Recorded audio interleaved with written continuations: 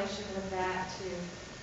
Maybe I'd have John and Steve, the producers, talk about that. John, would you invite you to come to the front and, as a grower, talk about the impact of seed prices. John also serves as vice president of our organization. Well, thank you. Well, the question is basically seed prices. Correct. There was an it seemed like there was an increase at the beginning of the year before the crops were. Typically, I also sell seed. Yeah, you saw the big companies, the Monsantos, the Pioneers of the world. Yeah, they had I wouldn't say significant and with relation to the price of fertilizer, but they did have an increase. And from what we understand, that obviously is from transportation costs, from other things. But you also have to remember the value of that product you're purchasing. The producer myself is getting more value in that product now, whether it's the better germplasm, the better genetics, whether it deals in Roundup Ready to where you spray glyphosate on it, whether it's for European corn borer or root worm, you're getting more value in that product. So as a seed salesman, yeah, it's a better product. You're getting more value. As a producer buying that, yes, it's a higher cost input. So you have to sit down with that big spreadsheet. You got to look at all of those, and seed being one of them, rent being one of them. And as Wayne said, we have to sit down every day, whether it's looking at the market and seeing where that's taking us and telling us what to plant and if to plant.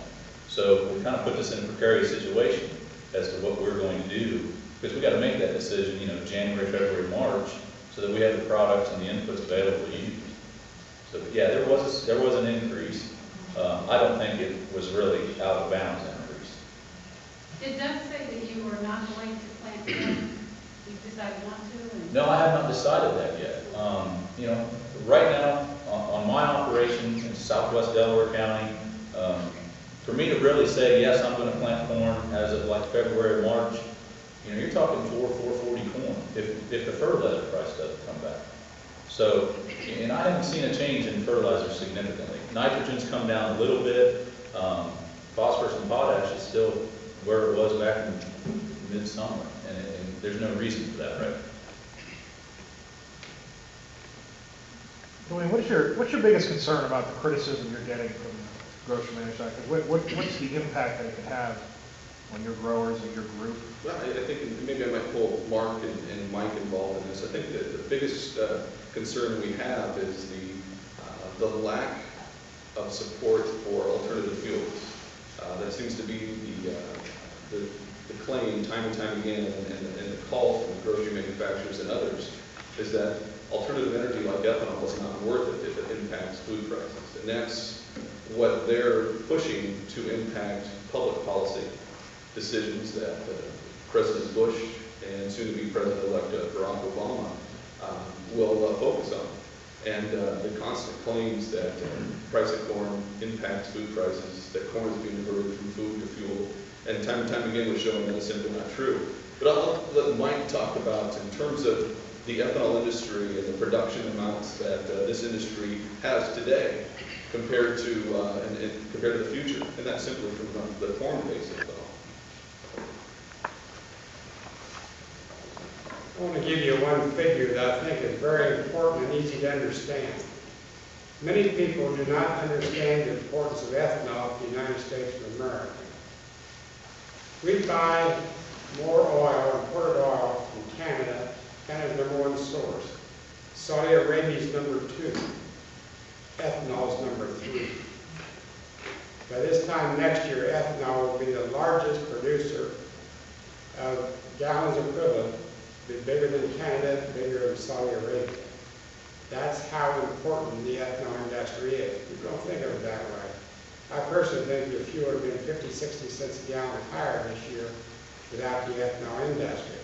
We're also very fortunate right now we can get oil. Even at $150 a barrel, we can get it. If one more war break out, or something happened in the Middle East, or Venezuela or something, the ethanol in the United States you can get produced here at home, and the supplies won't be shut down by a war over there. So there's many reasons that the renewable fuel industry in America is very, very important. I don't want to call this homegrown, and it's right here, but it's very, very significant. Most people don't realize that this time next year that ethanol will produce more fuel any other single country we import from.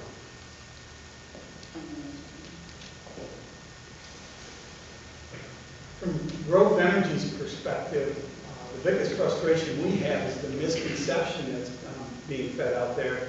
And frankly, the average consumer probably doesn't have the data to understand that it is a misconception. And so we talk about where corn prices are right now, the oversupply, potential oversupply of corn. What if we weren't using approximately 25% of the nation's corn to produce ethanol? Where would the corn price be today? How low do we want corn to go? We want these farmers, this needs to be a sustainable industry. Agriculture is crucial to us. So that I'm clear, Dwayne, your position, your organization's position is what impact does the ethanol production have on the price of corn? It has an impact. I mean, any demand for a product is going to impact the price. I mean, if you're asking what percentage of that price of corn is factored in from ethanol, I've seen studies anywhere from 10 to 20% of that increase in the price of corn was directly due to the ethanol industry. But as I said before, that even with that, the fundamentals of the market do not justify or signify that corn should go to 7.88 or wheat to 12 and soybeans to 16. But I'm not here to say that ethanol had no impact. Ethanol did have an impact on the price of corn. And that's what growers like John and Steve have hoped to do when they helped lead efforts to develop renewable fuels.